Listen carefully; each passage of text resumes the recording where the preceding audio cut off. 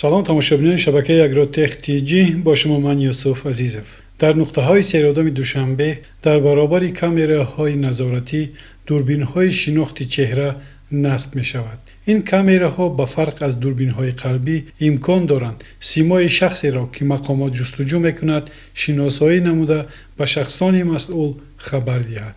агар шумо то ҳол ба канали агротех тиҷи обуна нашуда бошед, обуна шавед ва лайк монданро фаромӯш накунед. аз ин ба баъд дар ҷустуҷӯи ҷинояткорон ва афроди дар пайгарди қонун камераҳои симошинос ба мақомоти тафтишотӣ ва қудратӣ кӯмак хоҳад кард. дурбинҳо барои шинохти чеҳраҳо. мақомоти тоҷикистон мегӯянд дар навбати аввал насби чунин камераҳо дар пойтахт пешбинӣ шудааст.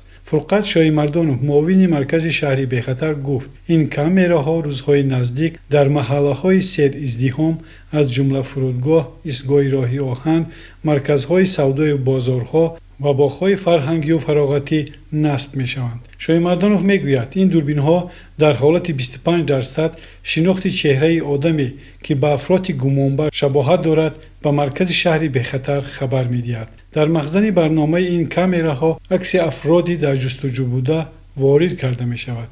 дар ҳолати шинохти қиёфаи онҳо аз тариқи ин камераҳо сигнали огоҳкунанда дода мешавад, афзуд ӯ. то имрӯз мақомоти интизомӣ дар тоҷикистон бештар тариқи нашри эълон бо аксҳои афроди гумонбар ба ин ё он ҷиноят онҳоро ҷустуҷӯ мекарданд.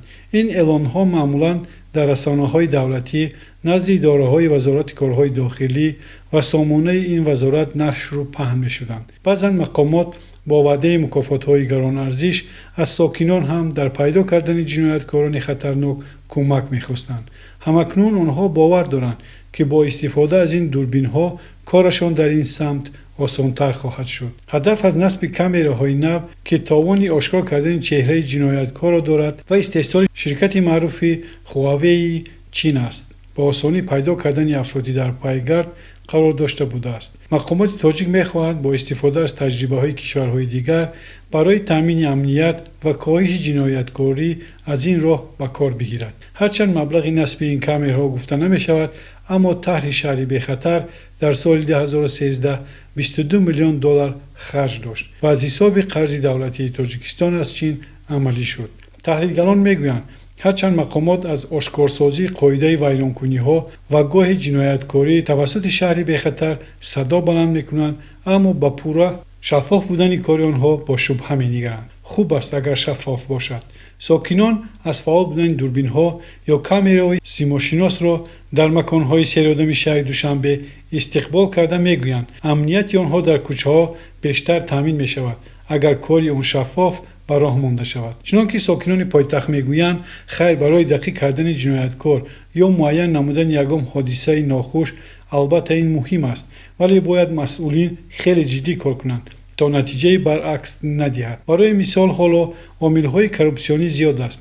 набояд дар ин хел ҳолатҳо гузашт шавад ва бо пайдо кардани ин ё ҷинояткор ва гирифтани ҳақ он аз компютер пок кунанд. ин афғонӣ дар кори шаҳри бехатар дар ҳолест ки мақомоти тоҷикистон мегӯянд ки баъди насби 814 камераи мушоҳидавӣ дар соли 2013 онҳо тавонистанд мавридҳои қоидавайронкунӣ ва тартиботи ҷамъиятӣ дар роҳу хиёбонҳои пойтахтро то андозае коҳиш диҳанд. он замон гуфта мешуд ки як ҳадафи дигари насби камераҳои назоратӣ дар пойтахти тоҷикистон ошкор кардани ҷиноятҳои коррупсионии кормандони бедия низ ҳаст. бо вуҷуди ин ронандаҳо аз кори ин марказ ва ҷаримаҳои ҳангуфти он чандон ризо нестанд. вазорати корҳои дохилӣ тавассути дурбинҳои шаҳри бехатар пайваста феҳристи дурударози ронандаҳоеро нашр мекунанд ки қоидаҳои ҳаракат дар роҳро вайрон карданд. дар миёни ин рӯйхат исми афроди шинохтаву фарзандони онҳо ҳамборҳо нашр шудааст. шаҳри бехатар гадоҳоро низ гурезон кардааст. дурбинҳои назорати шаҳри бехатар аксар гадоҳои маркази душанберо эҳтиёткор ва аз нуқтаҳои сердаромад барои талбандагӣ гурезон кардааст. дар 3 моҳи аввали соли равон тавассути ин дурбинҳо дар шаҳр беш аз 700 талбандаву оворагард сабт шудааст. масъулини маркази шаҳри бехатар ҳолатҳои талбандагиро дар шаҳр назорат намуда ба мақомоти пулис хабар медиҳанд. ҳадаф аз ин иқдом ҳам кам кардани мавориди талбандагӣ дар пойтахт гуфта мешавад. ба таъкиди мақомот عمل گدایی هم یک نوع ویران کردن ترتیبات جمعیتی دانسته می شود و باید در پایتخت که شمار سیاحان و مهمانان زیاد است چنین عمل به چشم نرسد. بر اساس آمار رسمی در 6 سال اخیر توسط مرکز شهری بی‌خطر نزدیک به 2 میلیون نقض قاعده‌های حرکت در راه ثبت شده، از حساب جریمه‌ها بیشتر از 132 میلیون سومانی به بودجه کشور وارد گردیده است. همچنین مرکز قریب 65,000 حالت ویران کردن ترتیبات جمعیتی را به قید گرفته. کارمندان حزب حقوق در همکاری با اپراتورهای شهری بی‌خطر 420 جنایت را آشکار کردند. خوب میشد اگر در درآمد و برآمد هر ناحیه‌های کشور دوربین‌های شناختی اتوماسین‌ها گذاشته میشد و با اپراتورهای شهری بی‌خطر پیوست میشد، چون که حالت‌های میشود که در مهلت بسیار کوتاه معین کردن لازم می‌آید که کدام اتوماسین از این یا آن راه گذشته است و این حالت دزدیدن اتوماسین‌ها را نیز کم می‌کرد و بسیارتر در حالت صدمه‌ها فوری معین میشد که اتوماسین کی از کجا آمده ایستاده بود. و اگر به تاریخ این پیشروی تکنولوژی نظر اندازیم، پس می‌بینیم که یکمین سیستم نظارت کامیروی در آلمان هنوز سال 1942 در وقت سنجش راکت فاو-2 نصب شده بود که در شرکت سیمنز ساخته شده بود. بعدتر سال 1949 در امریکا سیستم نظارت با سیم و جای موجهای رادیویی در کوچه‌ها نصب کرده شدند که نسبت کامراهای موجی قلع‌تر بودند و اجازتنامه‌های مخصوص طلب هم نمی‌شدند. همان سال یعنی سال 1949 نویسنده رمان‌های فانتاستیکی آمریکایی جورج اورویل رمان فانتاستیکی خود با نام 1984 را نوشت که او در این رمان خیال‌پرستی می‌کرد که سال 1984 در هر قدم و هر کوچه این کامراهای نظارتی وصل کرده شده هر حرکتی مردم نظارت برده می شود. ولی آن سالها این برای مردم فانتاستیک به حساب می رفت و تصور هم نمی شد که چنین خواهد شد. ولی ما آدمان این سالها می بینیم که علل خصوص در عصر 20 در بین 40-50 سال چقدر تکنولوژی پیش رفت و علل خصوص این روزها چقدر با سرعت پیش رفته ایستاده است. سال 1956 در کنفرانس پلیسمن‌ها در آلمان سیستم نوی نظارت کامروی کوچگی با نام آینه افسانه‌ای به نمایش گذاشته شد. در کنفرانس نشان داده شد که چقدر پلیس‌ها حرکت راه را با واسطه مانیتور نظارت می‌برند و با پخش نمودن یک دکمه‌چه رنگ دلخواه چراغک راه را عوض می‌کنند که برای اشتراکچیان مثل معجزه بود. سال 1960 باشد پلیسیای فرانکفورت کامراهای نظارتی در راه را وصل نمود که یکمین مرتبه ویران کردن قاعده‌های راه و گذشتن از چراغ سوخت را نوار می‌گرفت. اینچنین این کامراهای نظارتی در جای‌هایی که آدمان زیاد جمع شدند برای نظارت آنها وصل کرده می‌شد. در میونخ باشد سال 1965 14 کامرای نظارتی با اجرای عمل‌های کلان نشان دادن، قفا گردانیدن، صورت گرفتن، گردش دادن و نزدیک آوردن نصب کرده شد. همینطور در کوچه‌های آلمان، امریکا، انگلیا برای پس نمودن سطح جنایتی کامراها وصل کرده می‌شدند. آن وقتا با طور اتوماتیک نوارها ثبت کردن امکان نداشت. فقط با سپارش و با طور دستی از طرف اپراتور جای لازمه ثبت کرده می‌شد. فقط ثبت کردن دائمی سالهای 70 پیدا شد. سالهای 80 عصر گذشته باشد در نتیجه کار پرمسئول مهندسان و عالمان به درجه لازمه رسانیده شد.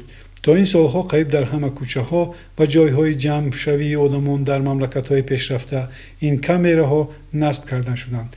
ولی نه همه شهروندان این کشورها از این خرسند بودند و یک قسمی آنها میگفتند که آزادی آنها از طرف پلیس‌ها با ثبت و نظارت با واسطه کامراها پایمال کرده می شود. این بود که 10 می سال 1997 در بریتانیا کبیر یکمین گردهمایی آدمان ضد نظارت کامروی عمومی گذشت. در این گردهمایی 200 نفر شهروندان اشتراک نموده ضدیت خود را عاید نظارت کامروی خود ابراز داشته گفتند که با این نمود نظارت دائمی حقوق شهروندی آنها پایمال می شود. چندین ویدیو کامراهای نظارتی شهر را ویران کردند که چند نفرشان از طرف پلیس ها دستگیر شدند. آخر سالهای 90 تکنولوژی کامرای نظارتی پیشرفت بزرگ کرده به تکنولوژی رقمی گذشت. سال 1998 باشد در شهر لندن کامراهای شناخت چهره های آدمان وصل کرده شد که 80% مانند چهره آدمان را معین میکرد. کامراهای نظارتی و شناخت چهره استحصال خطای در چندین مملکت‌ها نیز استفاده می‌شود. در مملکت اکوادور